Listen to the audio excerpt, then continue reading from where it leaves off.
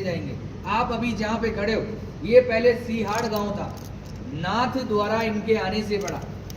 औरंगजेब का जब हमला हुआ, मथुरा वृंदावन गिरिराज जी वहां से ये पलायन करते करते इस गांव में आए।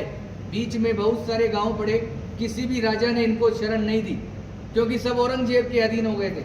आपने बुक और पुस्तकों में पढ़ा है, मेवाड़ कभी किसी का गुलाम नहीं रहा है। यहाँ आते आते इस गांव में रथ का पहिया मिट्टी में फंस गया, ना तो आगे जाए और ना ही पीछे जाए। ये है गंगाबाई, जो श्री कृष्ण से रूबरू बात करती थी। पीछे है ब्रिजवासी, ये है पंडित दामोदर जी, और ये मेवाड़ के राजा राज सिंह।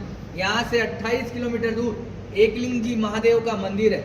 ये महादेव से डायरेक्ट बात करते थे, जैसे गंगाबाई श्री कृष्ण से बात करती थी, वैसे ये डायरेक्ट महादेव से बात करते थे।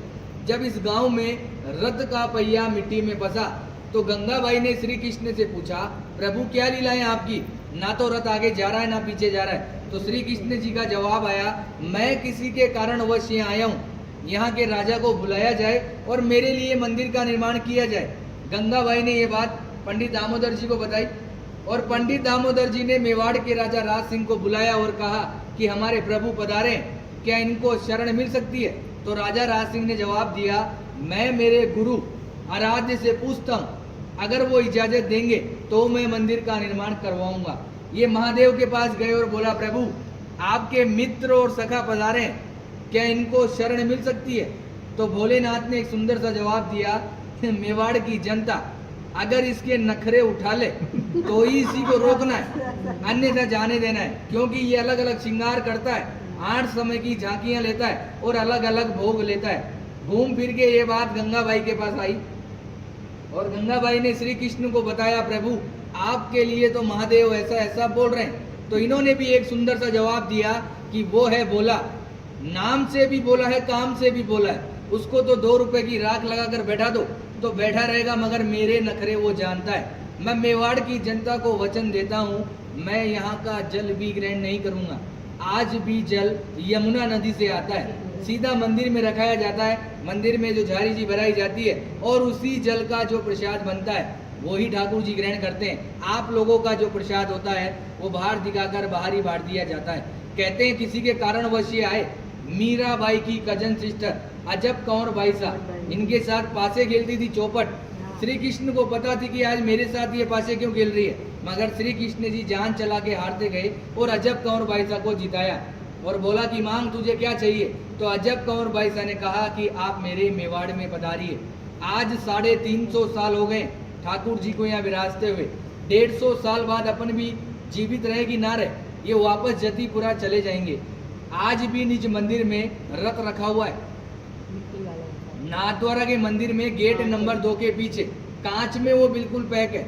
जब सुबह सुबह पुजारी झाड़ू निकालता है तो आज भी यमुना नदी का मिट्टी लगा हुआ रहता है। रोज मंगला से लेकर शयन तक ठाकुर जी यहाँ विराजते हैं। विराजने के बाद 7 साल का बालक है, माँ की याद आती है, जतीपुरा जाते हैं, माँ से मिलते हैं। माँ से मिलने के बाद निधि वन में रास लीलाएं करके मंगला में वापस यहाँ आ जाते हैं। औरंगजेब एक बहाना था, ठाकुर जी को वचन निभाना था।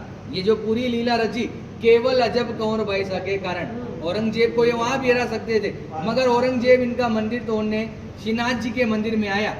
उसकी माँ भी उसके साथ आई। जैसे ही औरंगजेब मंदिर के अंदर गया, अंधा हो गया, उसको कुछ नहीं दिखाई दे रहा। बाहर आके बोला, माँ मैं अंधा हो गया, मुझे कुछ नहीं दिखाई दे रहा। तो माँ ने कहा, बेटा ये है छलिया, छल करता है, मगर तूने मेरी बात नहीं मानी, अब तू इसके पैर पकड़ेगा तो ही ये तेरे को माफ करेगा। मगर औरंगजेब घमंडी था, वो वापस मंदिर के अंदर गया, थक हार के उसने ठाकुर जी से माफी मांगी और ठाकुर जी ने उसको माफ किया। माफ करने के बाद ठाकुर जी ने उसकी आंख उसको वापस दी।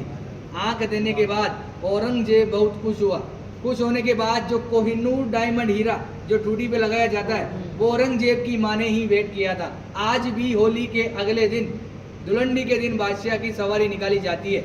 उसमें औरंगजेब का पूरा बाकायदा आदमी बनाया जाता है। उसको पूरे नाथद्वारा में जुलूस द्वारा निकाला जाता है। निकालने के बाद उसको मंदिर में ले जाया जाता है और मंदिर में ले जाने के बाद पनिशमेंट के तौर पे मंदिर की सीढ़ियों को दाढ़ी से झाड़ू साफ करता है।